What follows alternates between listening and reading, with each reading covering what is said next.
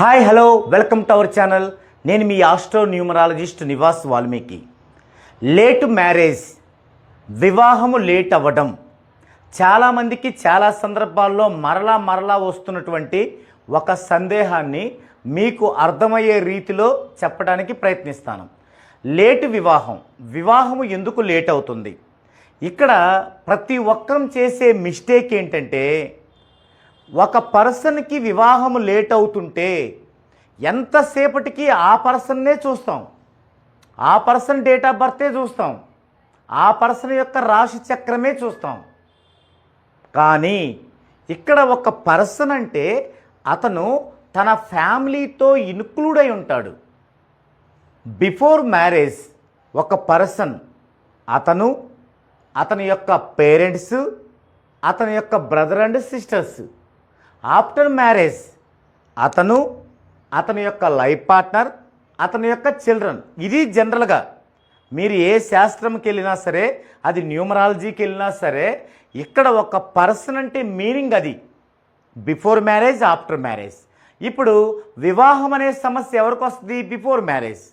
మరి బిఫోర్ మ్యారేజ్కి వచ్చినప్పుడు ఏం జరగాలి? అతని డేట్ ఆఫ్ బర్త్ చూడగానే తెలియడం అనేది కొన్ని సందర్భాల్లో ఉంటుంది. ఉదాహరణకి మ్యారేజ్ ఎందుకు లేట్ అవుద్ది? ఫిక్స్డ్. అదేంటంటే ఒకరి యొక్క డేట్ ఆఫ్ బర్త్ ప్యాటర్న్లో 3689 ఈ 4 డిజిట్స్లో ఏ 2 డిజిట్స్ ఉన్నా వారి యొక్క మ్యారేజ్ లేట్ అవుతుంది. అంటే ఇక్కడ ప్యాటర్న్ అంటే డేట్ యొక్క సింగిల్, మంత్ యొక్క సింగిల్, ఇయర్ యొక్క సింగిల్, డెస్టినీ యొక్క సింగిల్. ఇది తీసుకున్నప్పుడు ఈ మూడిట్లోనే చూడాలి వీటిని, డెస్టినీలో కాదు. ఇది ఒక ఫిక్స్. లేదు ఆస్ట్రాలజికల్ పరంగా చూసినా పునర్పు దోషమున్న, కుజ దోషమున్న.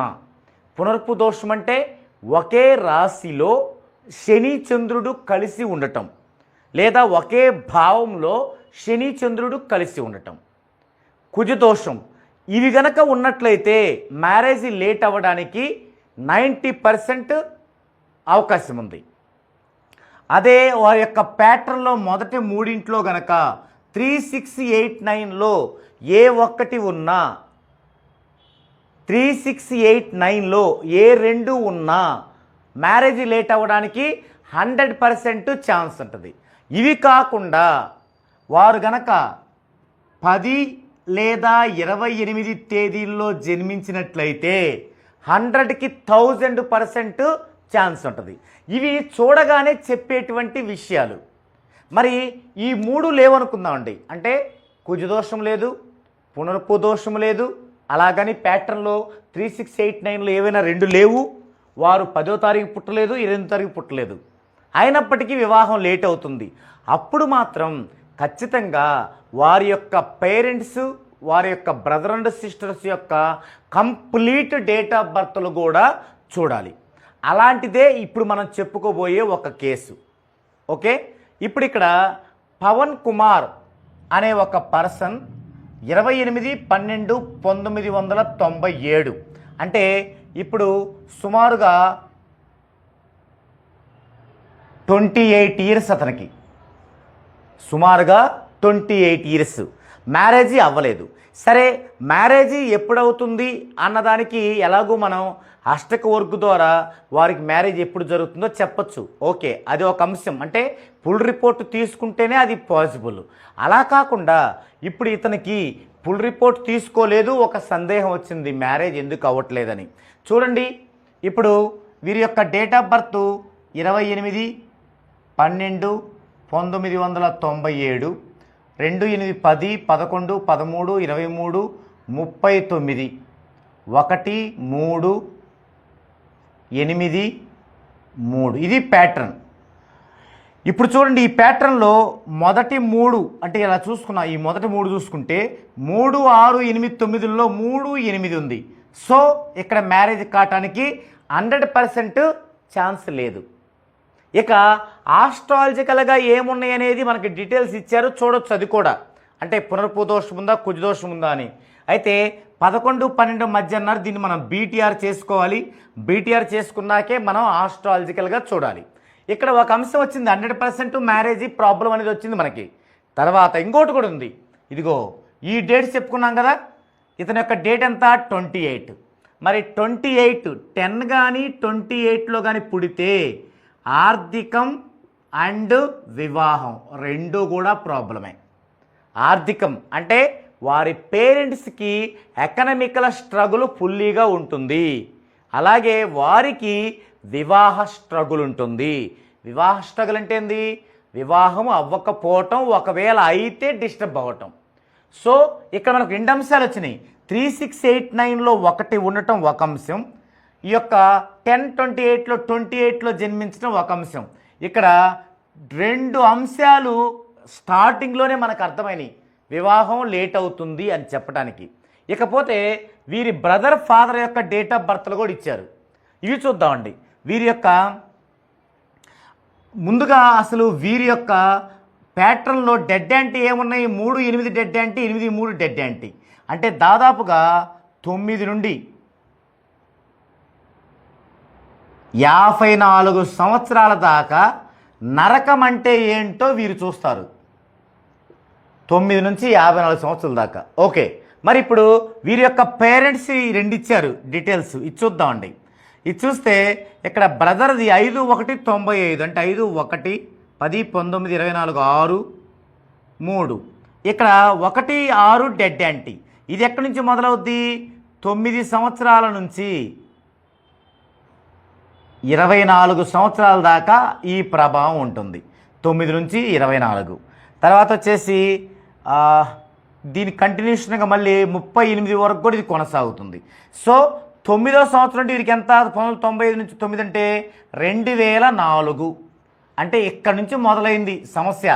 2004 నుంచి ఎక్కడ దాకా ఉంది? 38 అంటే 29 యాడ్ అవ్వాలి, అంటే 33 దాకా ఉంది.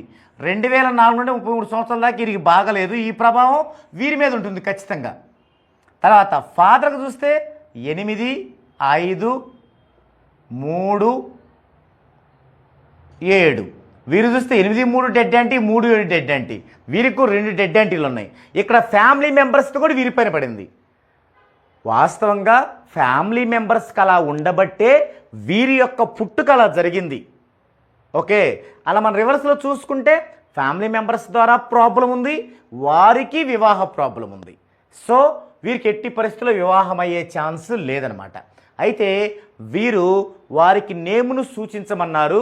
అందుకని వారికి ఒక నేముని సూచించడం జరిగింది. అదేంటంటే ఆ నేము చైతన్య వాల్మీకి. చైతన్య వాల్మీకి. ఎందుకు ఈ నేము అనడానికంటే ముందు వారి నేమ్ ఏం చెప్తుందో చూద్దామండి. ఇందులో పవన్ కుమార్ పీతో స్టార్ట్ అవ్వటం అనేది ఎవరికి కూడా మంచిది కాదు. పీతో స్టార్ట్ అవ్వటం అనేది మనకి ఒక వర్ధమాన హీరోకి పీతో స్టార్ట్ అవడం వల్లనే అతను మంచి ఫామ్లో ఉండగానే మూవీస్ వదిలేసి పొలిటికల్ బాట పట్టాల్సి వచ్చింది. అలాగే ఇంకా చాలామంది ప్రముఖులు ఈ పీతో మొదలైన వాళ్ళు మన కళ్ళ ముందే చూస్తున్నాం ఎలాంటి స్ట్రగుల్ అనుభవిస్తున్నారో. ఒక రిచ్ ఫెలో, ఒక బిజినెస్ మ్యాగ్నెట్, అతను చాలా స్పష్టంగా చాలా ధైర్యంగా ఏ పనైనా చేయగలిగే వ్యక్తే ఒక అనుమానాస్పద మృతిగా ఇప్పుడు మన ముందుకొచ్చారు. వారు కూడా పీతోనే స్టార్ట్ అయ్యారు. సో ఈ పీ అనేది ఎవరికైనా సరే బ్యాడే. అలాంటిది ఇక్కడ వీరికి మ్యారేజీ ప్రాబ్లం ఉంది, దానికి తగ్గట్టు పీ ఉంది. మరి ఎలా స్టార్ట్ అవుద్ది? ఎలా వారికి గుడ్ లక్ స్టార్ట్ అవుద్ది? అవ్వదు. ఇంకో విషయం, ప్రొనాలజీ ప్రకారం మార్ అనే సౌండ్ కూడా ఉంది. మనకి మార్ అనే సౌండ్ చాలా నెగిటివ్ని ఇస్తుంది వారికి. ఇప్పుడు ఒకవేళ పవన్ కుమార్ అనే నేమ్ కనుక ఎలా ఉందో చూసినట్లయితే, సరే ఇవి మనకు కనిపించేవి, కనిపించకుండా ఏం జరిగింది? పవన్ కుమార్,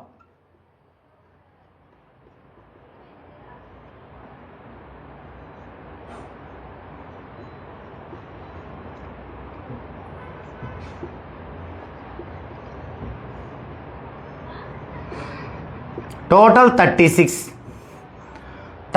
వీరి యొక్క ప్యాటర్న్ ఏంటి? 1, 3, 8, 3, 36. ఇక్కడ 3, ఇక్కడ 6. ఇక్కడ 3 6 అనేది యాంటీ. సో వీరి నేమ్ ఇట్లా బాగుండలేదు. పైగా 3 6 సింగిల్ చేస్తే 9 9 చూస్తే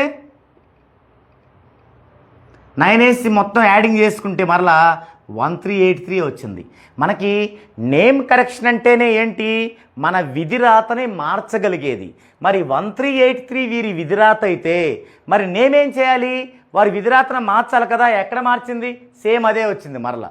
సో ఒకవేళ అందరూ పవన్ అని పిలుస్తున్నారు, ఇది ఎలా ఉంది వీరికి 21, దీని యొక్క సింగిల్ 3, మరి 3తో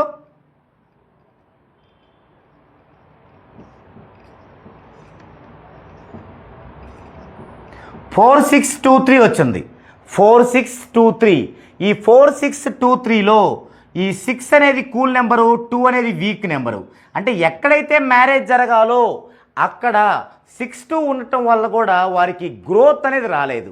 అయితే అది కనుక 14 డైమెన్షన్స్లో ఉంటే 6 ఉన్నప్పుడు కూడా గ్రోత్ వచ్చి దొరికి, కానీ ఇక్కడ అవకాశం లేదు. అందుకు కారణం ఇప్పుడు ఈ చైతన్య వాల్మీకి ఎందుకు వచ్చింది అంటే సితో స్టార్ట్ అయింది. అంటే 3 వీరి డెస్టినీ కాబట్టి AJCLNLతో స్టార్ట్ అవ్వాలి కాబట్టి ఇది ఓకే. దీంట్లో దీని టోటల్ ఎంత వచ్చిందంటే 51, అంటే 6లో ఉంది. 6 అనేది వీరి యొక్క హార్మోని, ఎందుకంటే 3కి హార్మోని 1 3 5 6 9 6 7 9 ఇది హార్మోని కాబట్టి 6 వీరి హార్మోనీలోనే ఉంది. అయితే ఇక్కడ 51 అనేది వీరి యొక్క ప్యాటర్న్ కింద తీసుకుంటే 1383 51 బాగుంది. ఒకవేళ 6 వేసుకుంటే 7 9 5 9. చూడండి మ్యారేజ్ జరిగే టైంలో 9 5 ఉంది కాబట్టి ఫుల్లీ పాజిటివ్గా ఉన్నట్లు. అయితే ఇక్కడ ఒకవేళ చైతన్యాన్ని పిలిచినప్పటికీ కూడా ఏమవుతుంది 23 కూడా ఇక్కడ 2 వేసుకుంటే అక్కడ 3 వేసుకుంటాం, ఈ రెండు బాగున్నాయి. ఇక్కడ 3 కింద 3 అనేది జనరల్గా హెల్త్ ప్రాబ్లం అయినప్పటికీ వీరికే హెల్త్ ప్రాబ్లం లేదు కాబట్టి మనం పెట్టచ్చు 23. సో ఇన్ని విధాలుగా బాగుంది కాబట్టి చైతన్య వాల్మీకి అనేది వారికి బాగుంటుంది. మరి దీన్ని ఎన్నిసార్లు రాయాలి ఏమిటి ఇలాంటి విషయాలన్నీ కూడా తెలియజేసేందుకు వారిని కన్సల్ట్ అయ్యమని చెప్పాము. వారు కన్సల్ట్ అయిన తర్వాత వారి యొక్క ఫుల్ రిపోర్టు వాళ్ళకి ఇచ్చి ఆ యొక్క ఎన్నిసార్లు రాయాలి నేముని చెప్పి వారితో దాన్ని యూటిలైజ్ చేసుకునేలాగా చేయడం జరుగుతుంది. ఇది ఎందుకంటే మీరు కూడా ఒకరికి గనక మ్యారేజీ లేట్ అవుతుందంటే వారి ఒక్కరిదే చూస్తే సరిపోదండి, వారి పేరెంట్స్ది కూడా చూడాల్సి ఉంటుంది. ఆ తర్వాతనే ఎందుకు చైతన్య వాల్మీకి ఇంత పొడుగు పేరు అంటే వారి యొక్క బ్రదరు ఫాదర్ యొక్క వారి యొక్క నెగిటివ్ కూడా వీరి మీద ఉంది కాబట్టి అంత ఫ్రీక్వెన్సీ అవసరమైంది. అయితే చాలామంది మీరు మళ్ళీ ఒక పొరపాటు పడుతున్నారు, అదేంటంటే చివరిలో అయ్యింది కదా ఉండొచ్చండి. ఉండకూడదు ఎవరికంటే గర్ల్స్కి లేడీస్కి. చాలామంది దాన్ని కలిపి చెప్తున్నారు, ఇద్దరు కలిపి కాదు. ఐ కానీ తా సౌండ్ కానీ ఉండకూడదు ఓన్లీ లేడీస్, అది జెంట్స్కి ఇంకా పెచ్చింగ్గా ఉంటుంది.